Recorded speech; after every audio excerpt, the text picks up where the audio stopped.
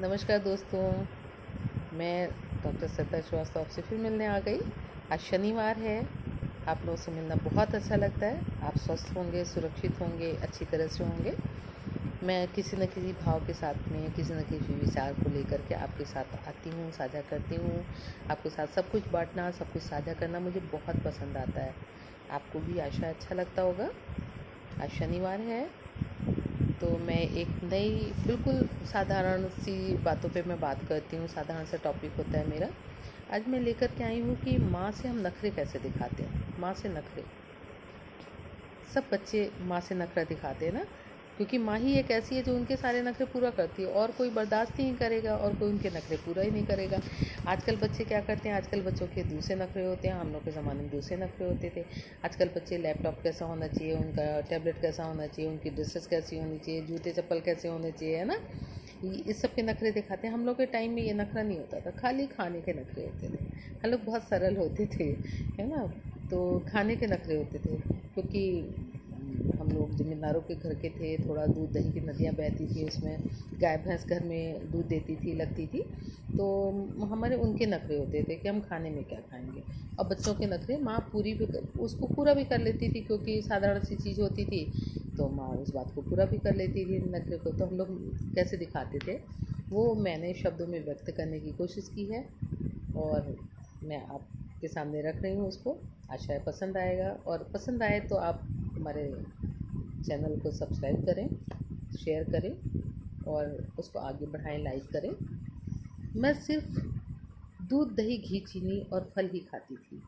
मैं सिर्फ दूध दही घी चीनी और फल ही खाती थी। खाने में तरह तरह के नखरे दिखाती थी। मैं सिर्फ दूध दही घी चीनी और फल ही खाती थी और खाने में तरह तरह के नखरे दिखाती थी। तो जो मैं नखरे दिखाती थी, दाल चावल मुझे पसंद नहीं आता, तो दाल बनी नहीं पसंद आया कोई ऐसी चीज़ है, कोई ऐसी सब्ज़ी जो नहीं पसंद आई, तो माँ फिर क्या करती थी वो मैं बता रही हूँ। माँ क्या करती थी, माँ कहती थी कि अच्छा स्वीट डिश बनाती हूँ। माँ कहती थी अच्छा स्वीट डिश बनाती हूँ, गुड़ घी के साथ कुरकुरी रोटी पकड़ाती हूँ।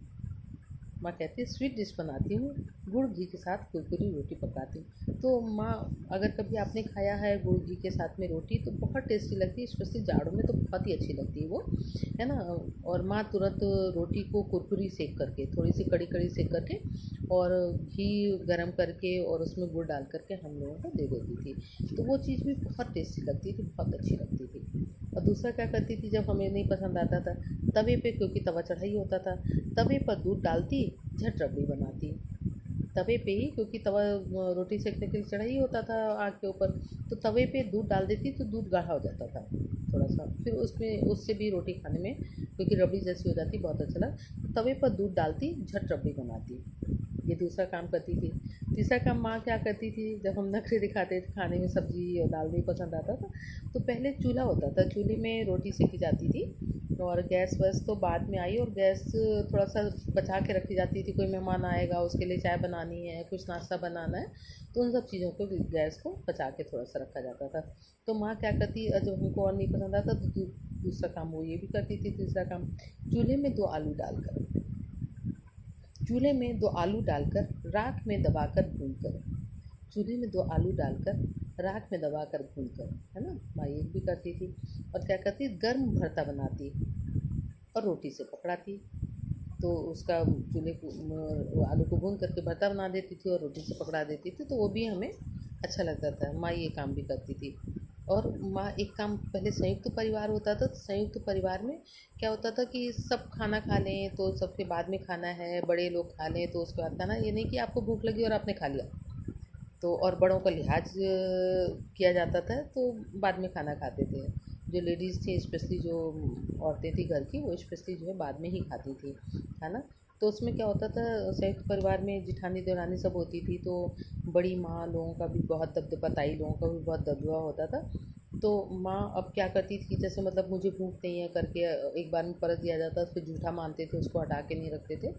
तो माँ हमेशा एक काम करती थी कि बड़ी माँ की निगाह बचा करके वो क्या करती थी, भात, बच्चों को भात बहुत पसंद आता, तो भात के लिए भी वो अक्सर ये करती थी, अपनी थाली हमारी थाली में धीमे से सरकाती, अपनी थाली से भात को हमारी थाली में धीमे से सरकाती। माँ आधा पेट ही खाती और संतुष्ट हो जाती। ये मुझे बहुत मतलब टचिंग लगता है, बहुत मुझे हमेशा इस बात की पीड़ा होती है। लेकिन माँ ये काम भी करती थी हम बच्चों के लिए ना। और हम क्या करते थे हमेशा, हम क्योंकि लड़ थे माँ से, माँ उसके सामने नखरा दिखाते थे अपना, तो हम लाड़ जताते और नखरा दिखाते। लेकिन हम माँ के सामने लाड़ जताते और नखरा दिखाते। लेकिन कब हम बड़े हो गए, कब हमारी शादी हो गई, कब हम पति के घर में आ गए और कब कुछ सब कुछ जीवन में परिवर्तन आ गया है। तो उस परिवर्तन के बाद क्या हुआ, कौन नखरा देखता, माँ तो थी नहीं अब नखरा देखने के लिए ससुराल में किसको दिखाते नखरा। तो बिल्कुल से सब कुछ चेंज आ गया, सब कुछ परिवर्तित हो गया कब हम बड़े हो गए हैं। सारी सब्जियां खाने लगे, पति के घर में आ गए तो क्या परिवर्तन हो गया, सारी सब्जियां खाने लगे, लौकी तरोई सब मन को भाने लगे, सारी सब्जियां खाने लगे, लौकी तरोई सब मन को भाने लगे। ये बहुत बड़ा परिवर्तन आ गया शादी के बाद है।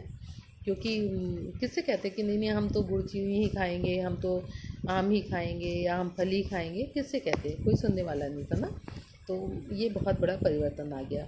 और उसके बाद फिर क्या हुआ कि माँ के सामने तो हम नखरे दिखाते थे, वो नखरे अब कौन देखता, इसलिए क्या हुआ वो अतीत में चला गया, सब स्मृतियों में रह गया, हमारे खाली यादों में रह गया केवल ना।